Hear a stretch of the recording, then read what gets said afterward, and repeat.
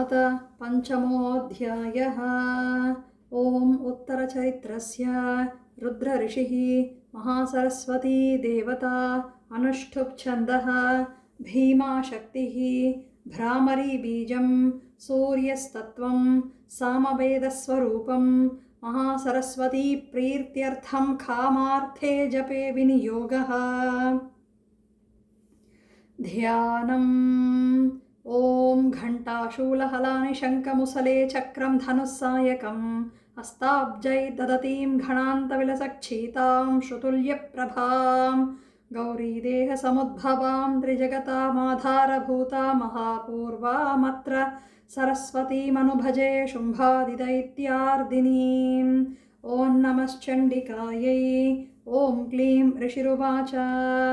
पुरा शुम्भनिशुम्भाभ्यामसुराभ्यां सचीपतेः त्रैलोक्यै यज्ञभागाश्च हृता मदबलाश्रयात् तावेव सूर्यतां तद्वदधिकारं ददैन्दवं कौबेरमतयां यञ्च चक्राते वरुणस्य च तावेव पवनध्यञ्च चक्रतुर्वन्निकर्म च ततो देवा विनिर्धूता भ्रष्टराज्याः पराजिताः ऋधाधिकारास्त्रिदशास्ताभ्यां सर्वे निराकृताः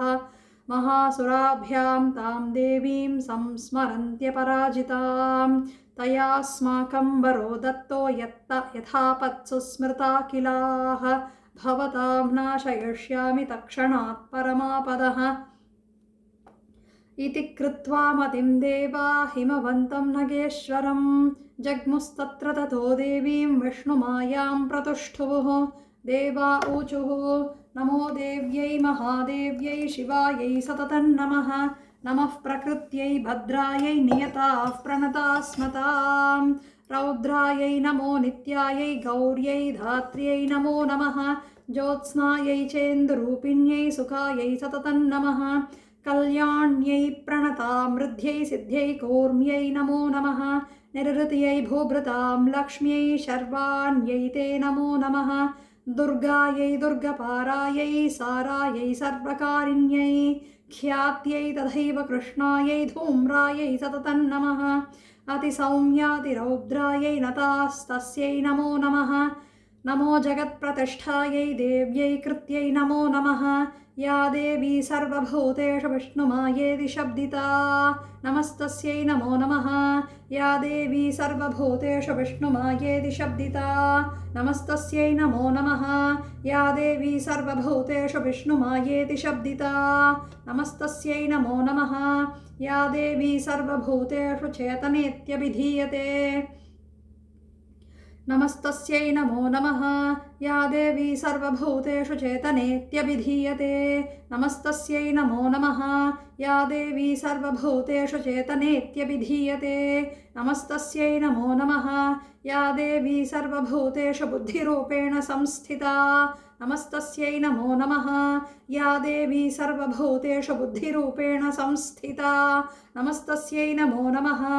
या देवी सर्वभूतेषु बुद्धिरूपेण संस्थिता नमस्तस्यै नमो नमः या देवी सर्वभूतेषु निद्रारूपेण संस्थिता नमस्तस्यै नमो नमः या देवी सर्वभूतेषु निद्रारूपेण संस्थिता नमस्तस्यै नमो नमः या देवी सर्वभूतेषु निद्रारूपेण संस्थिता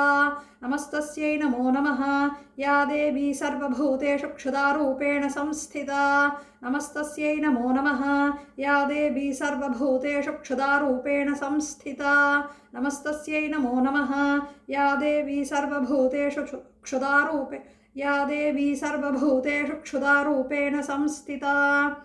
नमस्तस्यै नमो नमः या देवी सर्वभूतेषु छायारूपेण संस्थिता नमस्तस्यै नमो नमः या देवी सर्वभूतेषु छायारूपेण संस्थिता नमस्तस्यै नमो नमः या देवी सर्वभूतेषु छायारूपेण संस्थिता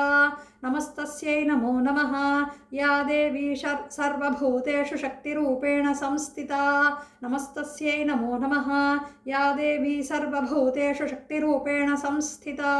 नमस्तस्यै नमो नमः या देवी सर्वभूतेषु शक्तिरूपेण संस्थिता नमस्तस्यै नमो नमः या देवी सर्वभूतेषु तृष्णारूपेण संस्थिता नमस्तस्यै नमो नमः या देवी सर्वभूतेषु तृष्णारूपेण संस्थिता नमस्तस्यै नमो नमः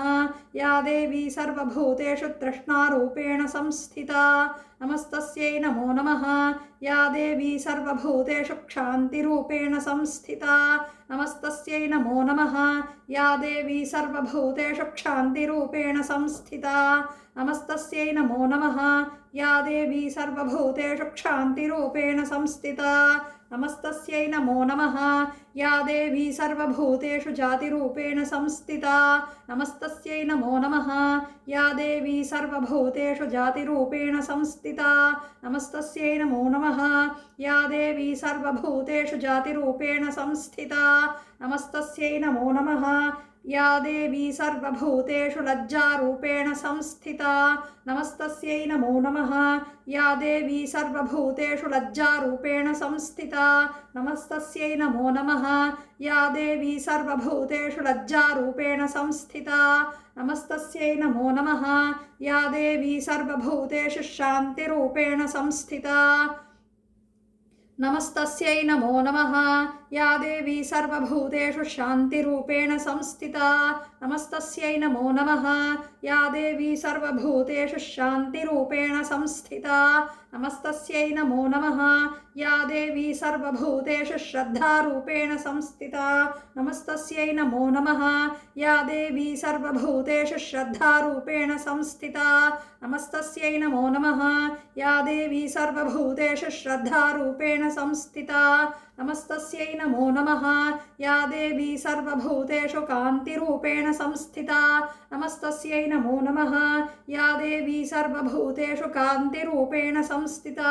नमस्तस्यै नमो नमः या देवी सर्वभूतेषु कान्तिरूपेण संस्थिता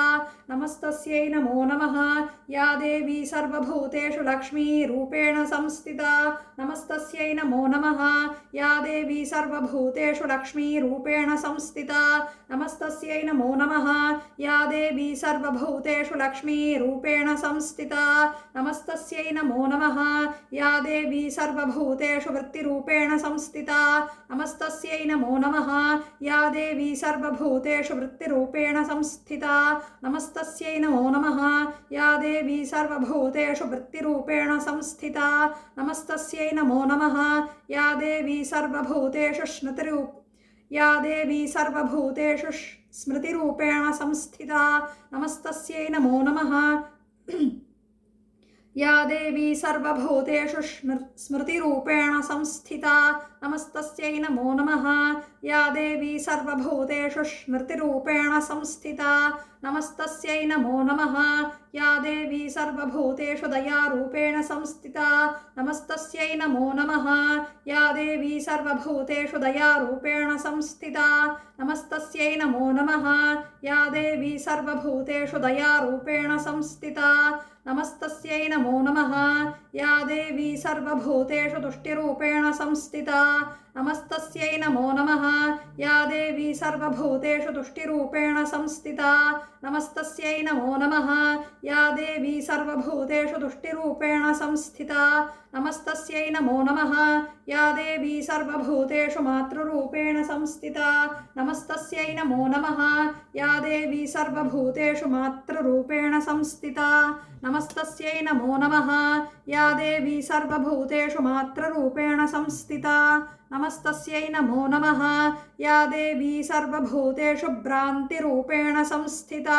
नमस्तस्यै नमो नमः या देवी सर्वभूतेषु भ्रान्तिरूपेण संस्थिता नमस्तस्यै नमो नमः या देवी सर्वभूतेषु भ्रान्तिरूपेण संस्थिता नमस्तस्यै नमो नमः इन्द्रियाणामधिष्ठात्री भूतानां चाखिलेषु या भूतेषु सततं तस्यै व्याप्तिरेव्यै नमो नमः चितिरूपेण या कृत्स्नमेतद्व्याप्य स्थिता जगत् नमस्तस्यै नमो नमः चितिरूपेण या कृत्स्नमेतद्व्याप्य स्थिता जगत् नमस्तस्यै नमो नमः चितिरूपेण या कृत्स्नमेतद्व्याप्य स्थिता जगत् नमस्तस्यै नमो नमः स्तुतासुरैः पूर्वमभीष्टसंश्रयात् तथा सुरेन्द्रेण दिनेषु सेविता करोतु सा नः शुभहेतुरीश्वरी शुभानि भद्राण्यभिहन्तु चापदः या साम्प्रतं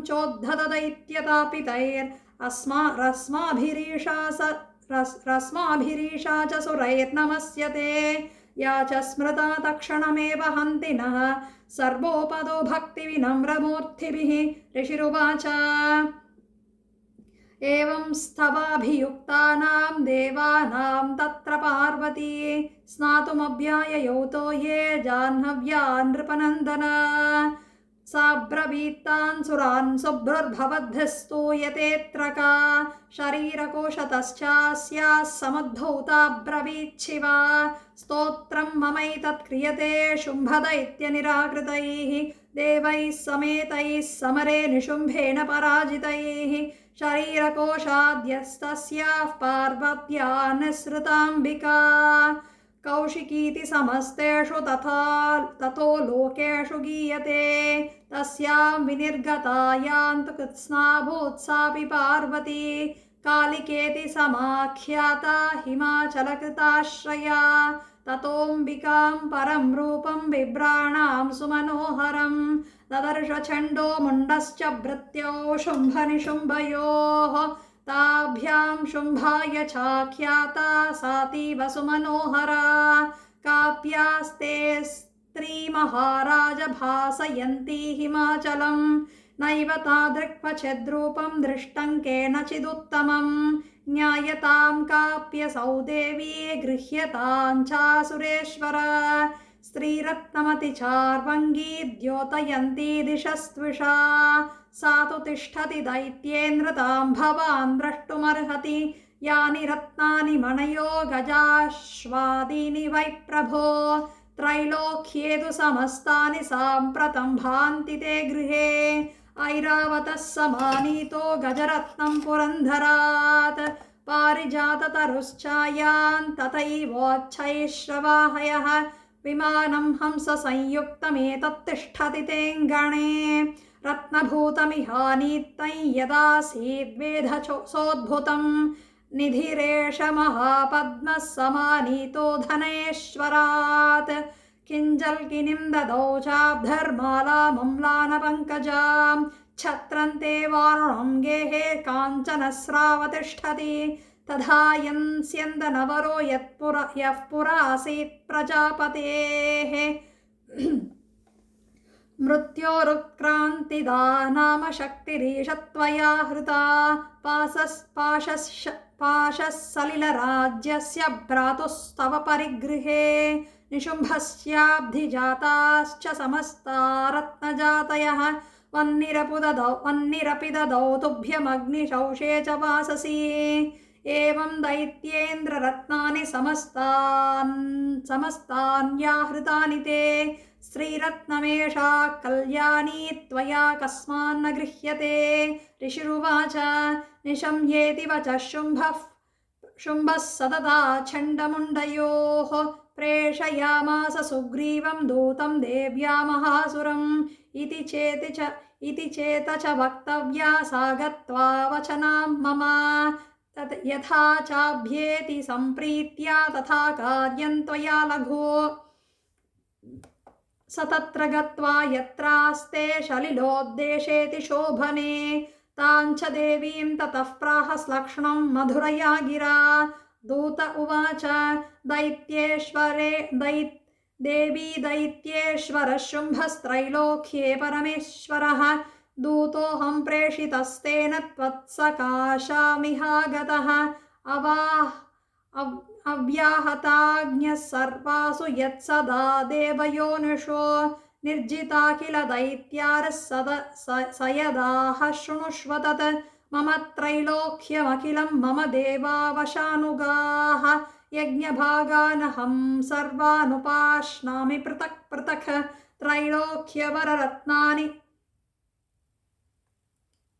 त्रैलोक्ये वररत्नानि मम वश्यान्यशेषतः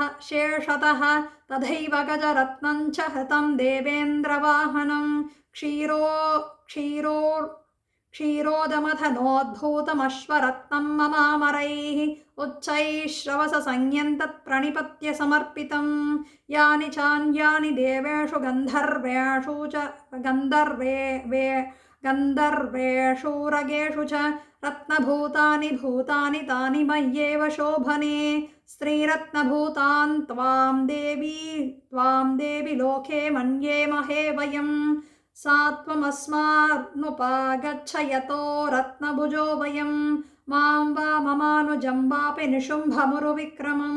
भजत्वं चञ्चलापाङ्गिरत्नभूतासि वै यतः परमैश्वर्यमतुलं प्राप्यसे मत्परिग्रहात् एतद्बुद्ध्या समालोच्य मत्परिग्रहतां व्रज ऋषिरुवाच इत्युक्ता सा तथा देवी गम्भीरान्तस्मिता जगो दुर्गा भगवती भद्रा यये दन्धाद्यते जगत् देव्युवाच सत्यमुक्तं त्वया नात्र मिथ्या किञ्चिद्वयोदितं त्रैलोक्याधिपतिः शुम्भो निशुम्भश्चापि तादृशः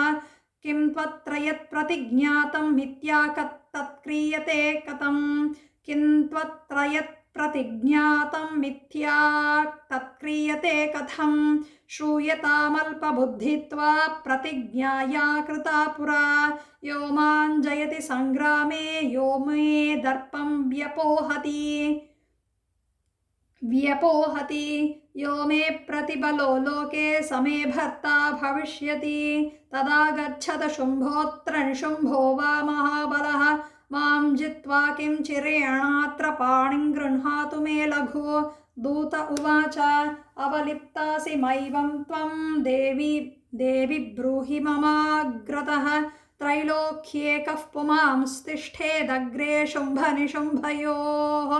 अन्येषामपि दैत्यानां सर्वे देवानवैयुधि तिष्ठन्ति सुमुखे देवि किं पुनः स्त्रीत्वमेकिका इन्द्राद्याः सकला देवास्तस्थुर्येषान्न संयुगे शुम्भादीनां कथं तेषां स्त्रीप्रयास्यसि षण्मुखम् सा त्वं गच्छ मयैवोक्ता पार्श्वं शुम्भनिशुम्भयोः केशाकर्षणनिर्धूता गौरवामागमिष्यसि देव्युवाच एवमेतद्बले शुम्भो निशुम्भश्चापि तादृशः किं करोमि प्रतिज्ञा मे यदनालोचिता पुरा सत्वं गच्छ मयोक्तं ते यदेतत् सर्वमादृतः तदा चक्ष्वासुरेन्द्राय स च युक्तं करोतु तत् ॐ श्री जगदम्बार्पणमस्तु योनिमुद्रया प्रणमेत् अथ षष्ठोऽध्यायः ॐ नमश्चण्डिकायै ॐ ऋषिरुवाच इत्याकर्ण्यवचो देव्या सदूतो मर्षपूरितः समाजष्टसमागम्य दैत्यराज्याय विस्तरात् तस्य दूतस्य तद्वाक्यमाकर्ण्यासुरराट् ततः सक्रोधः प्राह दैत्यानामधिपं धूम्रलोचनं हे धूम्रलोचनाश्रुत्वं स्वसैन्यपरिवारितः तामानय बलात् दुष्टां केशाकर्षणविह्वलां तत्परित्राणदः कश्चिद्यदि वोत्तिष्ठते परः सान्तव्यो मरो वापि यक्षो गन्धर्व एव वा ऋषिरुवाच तेनाज्ञप्त्यस्तथा शीघ्रं स दैत्यो धूम्रलोचनः ऋतः षष्ट्या सहस्राणामसुराणां नृतं ययो स दृष्ट्वा तां ततो देवीं दुहिनाचलसंस्थितां जगादोच्छैः प्रयाहीति मूलं शुम्भनिशुम्भयोः न चेत् प्रीत्याद्य भवति मद्भर्तारमुपैष्यति ततो बलान्नयां येषा केशाकर्षणविह्वलां देव्युवाच दैत्येश्वरेण प्रहितो बलवान् बलसंवृतः बलान्नयसि मामेवं ततः किन्ते करोम्यहं ऋषिरुवाच इत्युक्तः सोऽभ्यदावत्तामसुरो धूम्रलोचनः हुङ्कारेणैव तं भस्मसा चकाराम्बिका तदा अतः क्रुद्धं महासैन्यम् असुराणां दथाम्बिका अवर्षसायकैस्तीक्ष्णैस्तथा शक्तिपरश्वधैः ततो धूतसटकोपात् कृत्वा नादं सुभैरवं पपातसुरसेनान्यां सिंहो देव्या स्ववाहनः कांश्चित् करप्रहारेण दैत्यानास्येन चापरान् आक्रान्त्याच्छादरेणान्यान्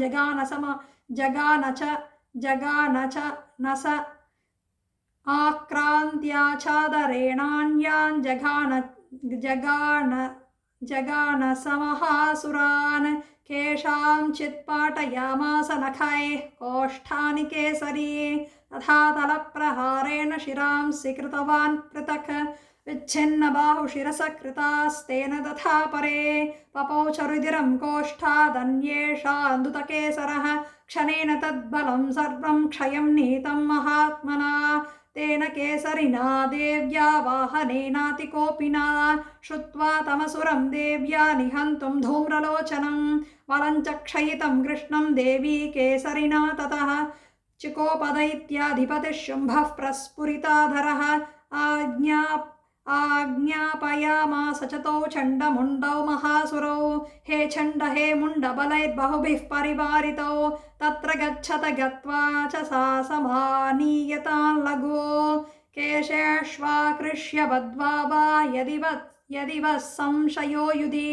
तदा शेषायुधैः सर्वैरसुरैर्विनिहन्यताम् तस्यां हतायां दुष्टायां सिंहे च विनिपातिते शीघ्रमागम्यतां बद्ध्वा गृहीत्वा तामथाम्बिकाम् ॐ श्रीजगदम्बार्पणमस्तु। अथ सप्तमोऽध्यायः। ॐ नमश्चण्डिकायै। ॐ ऋषिरुवाच आज्ञप्तास्ते ततो दैत्याश्चण्डमुण्डपुरोगमाः चतुरङ्गबलोपेदा ययुरभ्युद्यतायुधाः अदृशुस्ते ततो देवीमेषद्धासां व्यवस्थितां सिंहस्योपरि शैलेन्द्रशृङ्गे महदिकाञ्चने ते दृष्ट्वा तां तत्समादातुमुद्यमं चक्रुरुद्यताः आकृष्टचापासिधरा सधान्ये तत्समीपगाः ततः कोपं चकारोच्चैरम्बिकान्ता नरीं प्रति कोपेन चास्या वदनं मषीवर्णमभूत्तदा भ्रुकुटीकुटिलात् तस्यात् ललाटपलकादृतं कालीकरालवदना विनिष्क्रान्तासि पाशिनी विचित्रखट्वाङ्गधरा नरमाला विभूषणा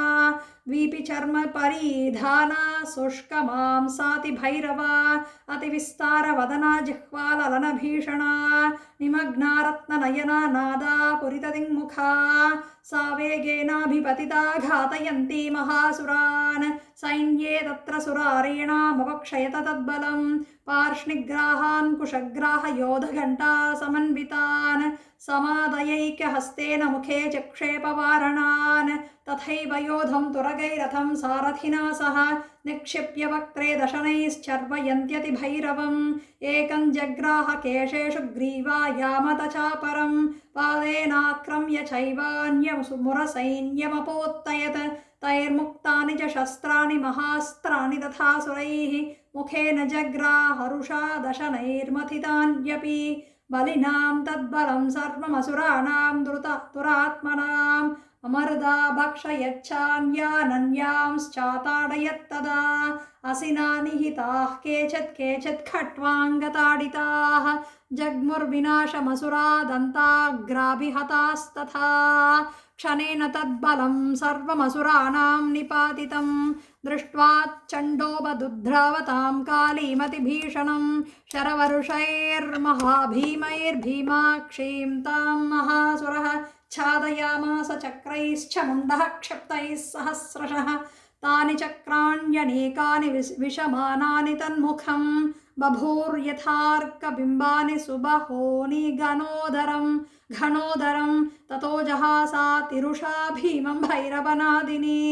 कालीकरालवदना दुर्दर्शदशनोज्ज्वला उत्थाय च महासिंहं देवी चण्डमधावत गृहीत्वा चास्य केशेषु गृहीत्वा चास्य केशेषु शिरस्तेनासिनाच्छिनत् अथ मुण्डोऽभ्यधावत्तां दृष्ट्वा चण्डं निपातितं तमभ्यपातयद्भूमौ सा खड्गाभिहतं रुषा हत तेषां ततः सैन्यं दृष्ट्वा चण्डं निपातितं मुण्डं च सुमहावीर्यं दिशबीजे भयातुरं शिरश्चण्डश्च काली च गृहीत्वा मुण्डमेव च प्रचण्डट्टहासमिश्रमभ्येत्य चण्डिकां मया तवात्रोपहृतौ चण्डमुण्डौ महापशो युद्धयज्ञे स्वयं शुम्भं निशुम्भं च हनिष्यसि ऋषिरुवाच तावानीतौ ततो दृष्ट्वा चण्डमुण्डौ महासुरौ उवाच कालीं कल्याणी ललितं चण्डिकावचः यस्माच्चण्डं च मुण्डं च गृहीत्वा त्वमुपागता चामुण्डेति तथो लोके ख्याता देवी भविष्यसि